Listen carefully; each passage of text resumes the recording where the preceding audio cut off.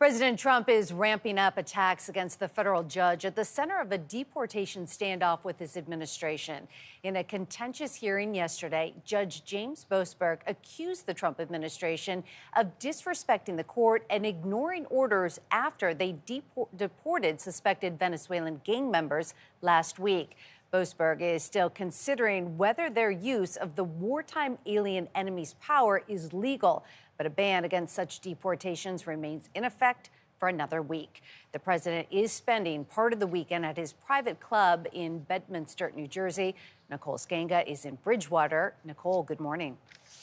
Good morning, Meg. The president starts his day here in New Jersey before heading to Philadelphia to watch the NCAA Wrestling Championships. But as you mentioned, a very different face-off took place in a courtroom yesterday as a federal judge voiced skepticism over the Trump administration's use of that wartime power.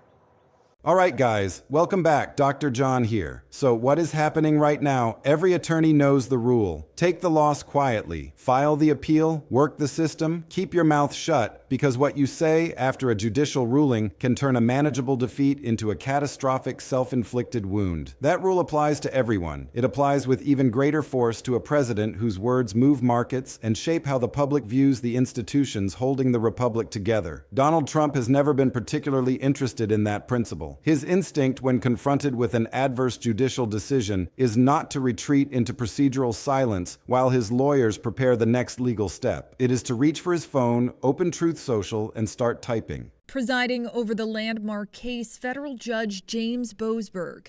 In court yesterday, the federal judge rebuked the administration for ignoring his order to turn the planes around 1 week ago, mid-flight, until he could review their cases, and accused Deputy Assistant Attorney General Drew Ensign of using disrespectful language and missing deadlines. Did you not understand? Boasberg asked the lawyer for the Justice Department. Advance Democracy, a nonpartisan research nonprofit, found President Trump's made at least 34 posts referencing the judiciary in recent days, with at least 10 criticizing legal decisions that limit his authority. That instinct has now produced a situation where a federal judge has made a finding so damaging to the administration that the usual political countermeasures barely register against it. And the president's response to that finding has been to attack not only the judge who made it, but the Supreme Court justices he himself placed on the bench. The sequence of events that got us here began with a man who has been a persistent source of frustration inside the West Wing since the earliest days of this second term. Meanwhile, the president's war against the judicial branch continues. Overnight, he shared an extensive post on social media criticizing judges who rule against him. In one instance, calling a judge wacky and crooked. Scripps News legal affairs correspondent Avajoy Burnett is live in our newsroom. And Avajoy, in his series of grievances against the entire U.S. court system, he took aim at one judge in particular, made a lot of allegations, and called for his removal. What was that really about? Well, Del, this is all coming after a loss to the administration on Friday. On Friday, Judge James Boasberg rejected a plan from the DOJ to continue with an investigation against Federal Reserve Chair Jerome Powell. And this is something that President Trump was not happy about. He spoke about it extensively in that post on social media over the weekend, calling Judge James Boasberg wacky, out of control, and saying he is exactly what judges should not be. Jerome Powell, the chair of the Federal Reserve, occupies a position that was specifically designed to be insulated from political pressure. The entire architecture of the Federal Reserve System, the staggered terms, the regional bank structure, the deliberate separation from the Treasury Department exists to ensure that monetary policy decisions are made on the basis of economic data and long-term analysis rather than on the basis of what would be politically convenient for the sitting president at any given moment. Turns out there are still real statesmen in this country. At least there are over at the Federal Reserve. President Trump has spent years smearing, bullying, threatening to fire, even criminally investigating Fed Chair Jerome Powell, all because Powell would not bend to the president's will. And now Powell's term as chair is about to end in a couple of weeks. But rather than riding off into the sunset, he just announced his plans to stay working at the Fed. It's an unusual choice, like who wants to stick around after a demotion.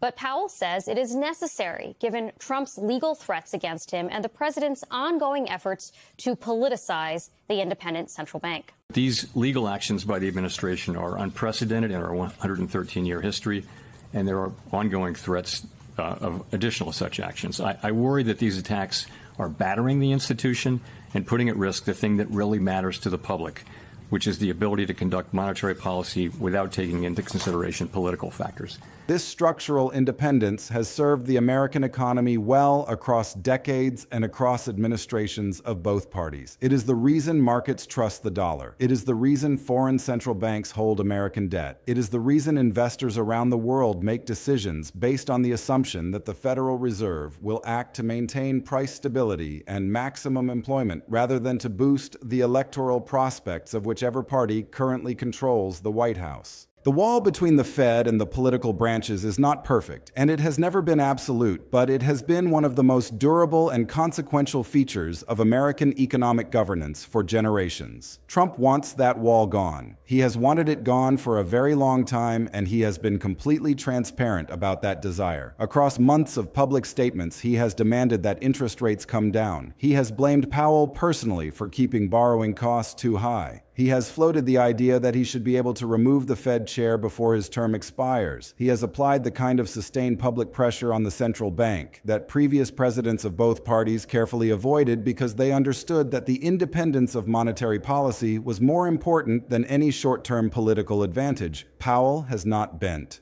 He has continued making decisions based on the economic data in front of him, based on the analysis of the Federal Reserve staff and the collective judgment of the Federal Open Market Committee, rather than based on what the president tweets or says at rallies or demands in private meetings. That refusal to comply, that insistence on doing the job as the law and the institutional tradition require, has been a source of escalating frustration inside the administration. Into this already tense dynamic came an investigation. The Department of Justice opened a probe into a construction project at a Federal Reserve building. On its face, that could have been entirely legitimate. Government construction projects involve enormous sums of money, and sometimes those projects generate genuine waste or mismanagement that deserves investigative scrutiny. A credible investigation into construction fraud or financial misconduct at a Federal Reserve facility would have been unremarkable, the kind of routine oversight work that federal law enforcement agencies perform without anyone outside the relevant agencies paying much attention. But according to a federal judge who examined the evidence behind this particular investigation, that is not what was happening. Judge Randolph Boasberg looked at the documentation, reviewed the circumstances surrounding the probe, and reached a conclusion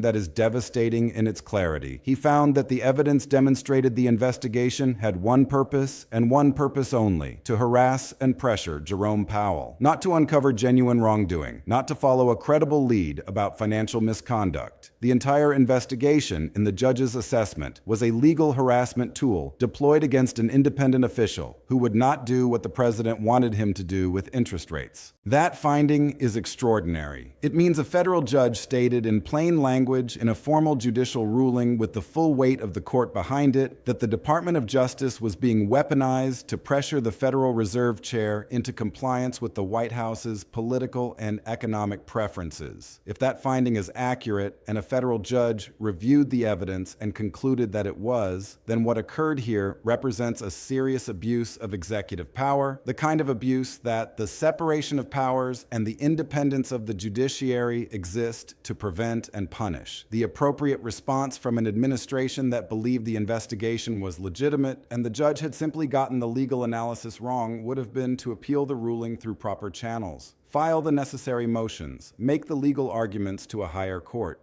Demonstrate through the appellate process that the district court's factual findings were mistaken or its legal reasoning was flawed. That is how the system is designed to handle disagreements between the executive branch and the judiciary. That is the mechanism that has resolved such disputes for the entire history of the American Republic. Trump did not do that. Instead, he got on Truth Social over a weekend and unleashed a broadside against the judge. He called Boasberg wacky. He said the judge was out of control. He declared that that Boasberg represented exactly what judges should not be. He suggested that the judge should be removed from the bench. The language was not measured. It was not diplomatic. It was not carefully calibrated to express disagreement while maintaining respect for the judicial institution. It was a direct personal attack on a sitting federal judge who had ruled against him, delivered through the president's preferred social media platform in a format designed for maximum public attention and maximum political impact. Think about the position this puts the administration in. A judge finds that the Justice Department was running a harassment operation against an independent official. The president's response is not to defend the investigation on the merits or to present evidence that the judge misunderstood the facts. The president's response is to attack the judge's character and fitness for office. That response does not look like the response of someone who believes the investigation was legitimate and the judge made an honest mistake. That response looks like the response of someone who is furious that the scheme was exposed and is searching for someone to blame publicly. The judge becomes the target because the judge is the one who said out loud what the evidence showed. And in Trump's political framework, the person who exposes the scheme becomes the villain of the story, rather than the people who designed and executed the scheme in the first place. The entire situation is a remarkable inversion of how accountability is supposed to function, and it played out on social media over a weekend while the country absorbed the implications of what the ruling actually meant. But the Boasberg attacks were not the only judicial broadside Trump launched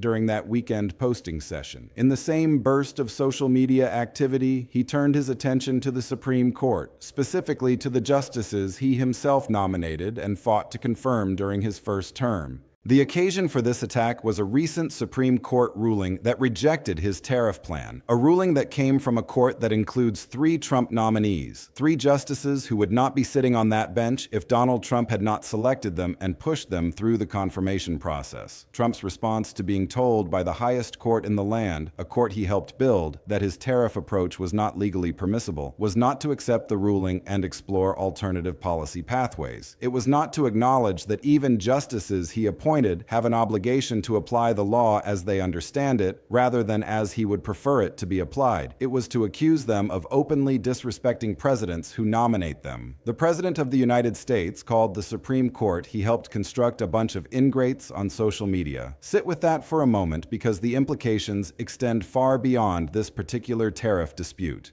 The president is sending a message to every judge in the federal system, including the ones he appointed, that his support for them is entirely conditional. If they rule in his favor, they are brilliant jurists who reflect the best traditions of American law. If they rule against him, they are ingrates who have disrespected him personally and deserve public condemnation from the White House. That is not a framework that allows for judicial independence. That is a framework that demands judicial obedience. And obedience is the opposite of what judges are sworn to provide.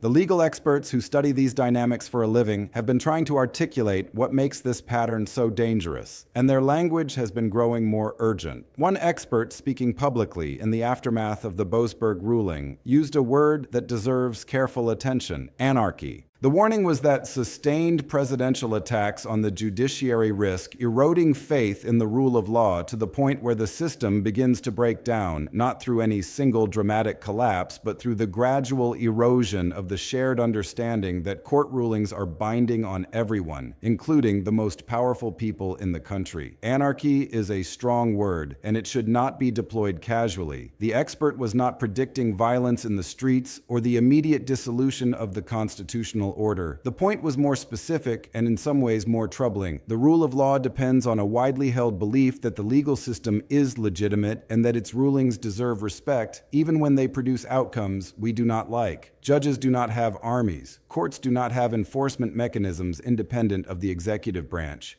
The entire system works because enough people in enough positions of power accept that when a court says no, the answer is no, regardless of how powerful the person being told no happens to be. When the President of the United States spends his weekends calling judges wacky and accusing his own Supreme Court nominees of being ungrateful, he is directly attacking the legitimacy of the institutions that constrain his power. He is telling his supporters that courts cannot be trusted, that judges are not neutral arbiters of the law but political actors in robes, and that rulings against the administration are not the product of honest legal reasoning but of bias and corruption and personal animus. Each individual attack may seem like just another social media post, just another moment of the president blowing off steam, but the cumulative effect of these attacks across months and years is to gradually hollow out the cultural foundations on which judicial authority rests. Once a significant portion of the population decides that courts are just another political battlefield, once the losing side in any legal dispute feels entitled to ignore rulings they disagree with because they have been told repeatedly that the judges who issued those rulings are illegitimate, the system faces a crisis that it was not designed to handle. The Constitution assumes that court orders will be obeyed. It does not provide a backup plan for a world in which they are not. The Federal Reserve dimension of this story deserves equal attention because what is at stake in the Boasberg ruling is not just judicial independence, but the independence of the central bank. And the independence of the central bank is one of the pillars on which the modern global economy rests. Trump wants lower interest rates, and he has legitimate reasons for wanting them. High interest rates increase the cost of mortgages and auto loans and business borrowing.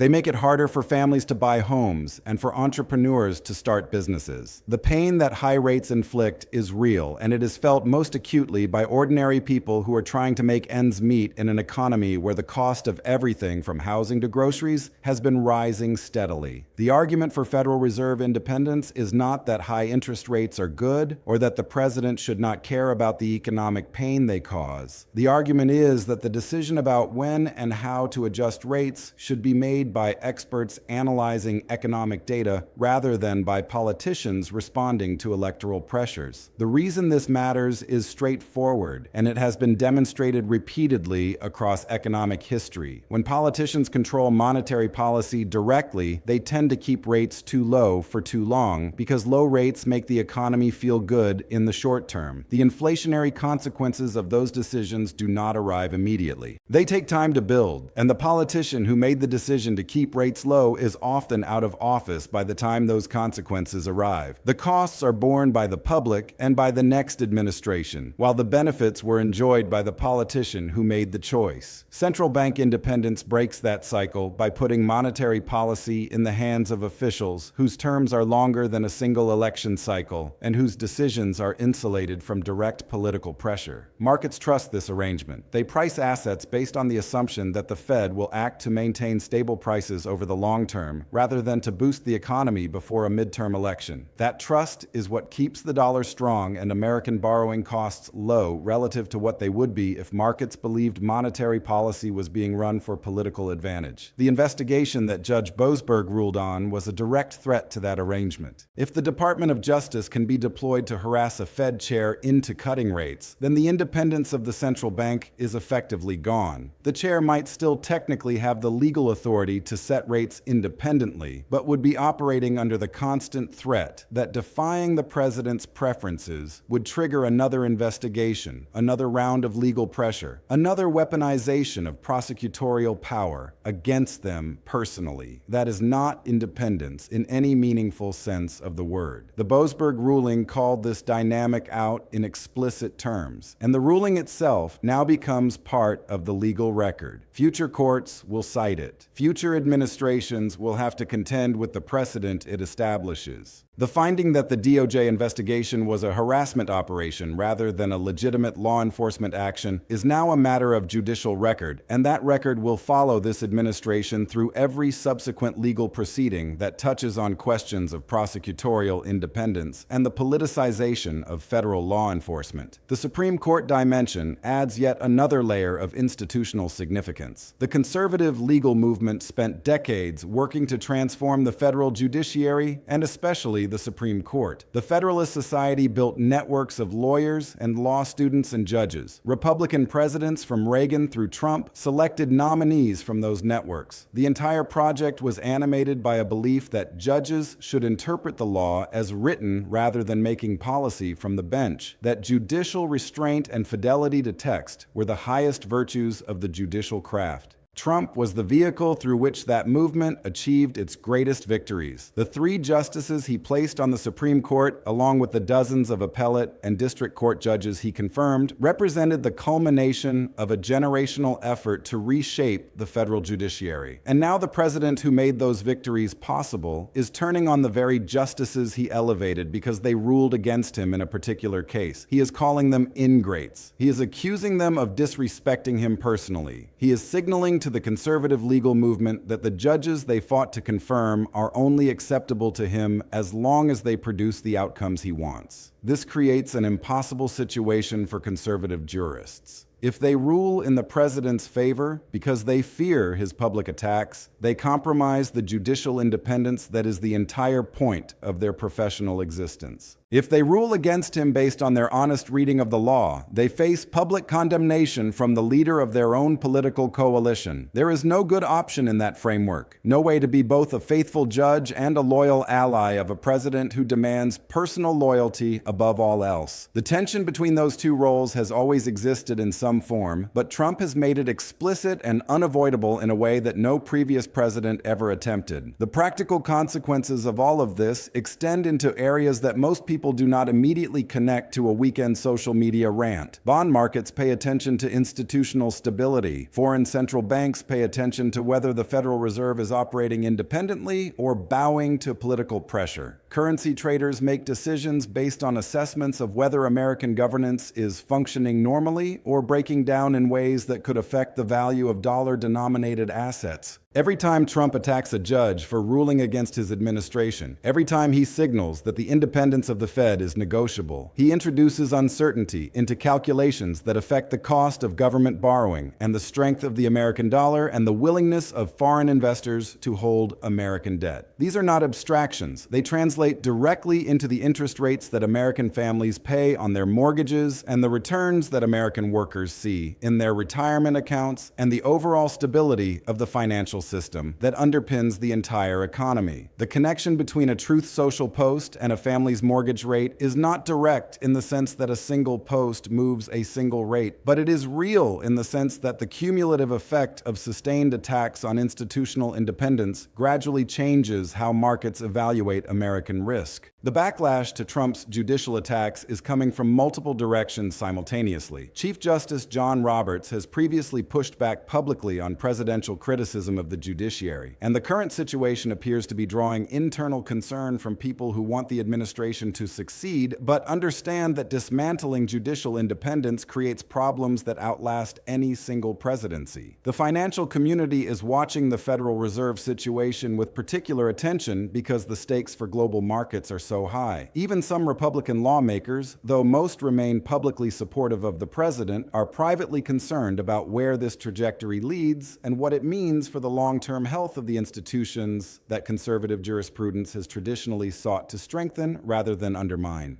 The question of where this goes from here does not have a simple answer because the underlying dynamics are not going to change on their own. Trump wants lower interest rates. Powell will not deliver them on command. The courts will continue ruling on the legality of administration actions. Trump will continue responding to adverse rulings with personal attacks on the judges who issue them. Each cycle of ruling and response adds another layer to the accumulating institutional damage, and there is no obvious circuit breaker that stops the cycle from continuing. What makes this moment genuinely significant, rather than just another headline in a news environment that produces 100 alarming headlines every day, is the combination of the specific Boasberg finding with the broader pattern of judicial attacks. The finding that the DOJ was running a harassment operation against an independent official is serious on its own. The pattern of attacking judges who rule against the administration is serious on its own. The combination of the two, the specific finding of abuse and the general response of attacking the judge who made the finding, points to something deeper than individual disputes about individual rulings. The deeper thing is a fundamental challenge to the principle that the executive branch is bound by what courts say the law requires. Every administration pushes against judicial constraints to some degree. Every president gets frustrated with judges who block their preferred policies. The difference between normal frustration and genuine constitutional crisis is whether the president ultimately accepts that the courts have the final word on legal questions, or whether the president attempts to delegitimize the courts to the point where their rulings can be ignored without political consequence. Trump's sustained attacks on the judiciary, combined with the specific finding that his Justice Department was weaponized against an independent official, suggest that the current administration is moving further in the second direction than any previous administration has gone. The Weekend Truth Social posts that triggered this latest round of controversy are not the most important judicial story of this administration. They are one data point in a story that has been building for a very long time and that will continue building through every subsequent ruling and every subsequent response. The Boasberg ruling is not the last time a court will find that this administration abused its power. The Supreme Court tariff ruling is not the last time the justices will rule against the president. And Trump's response to those future rulings will tell us whether the line between political frustration and institutional demolition has already been crossed, or whether there is still some distance between where we are and where we are heading. The institutions that are under pressure in this moment, the judiciary, the Federal Reserve, the Department of Justice, are not perfect, and they have never been perfect. They have made mistakes across their histories, and they will make more mistakes in the future. But they are the institutions that have maintained the stability of American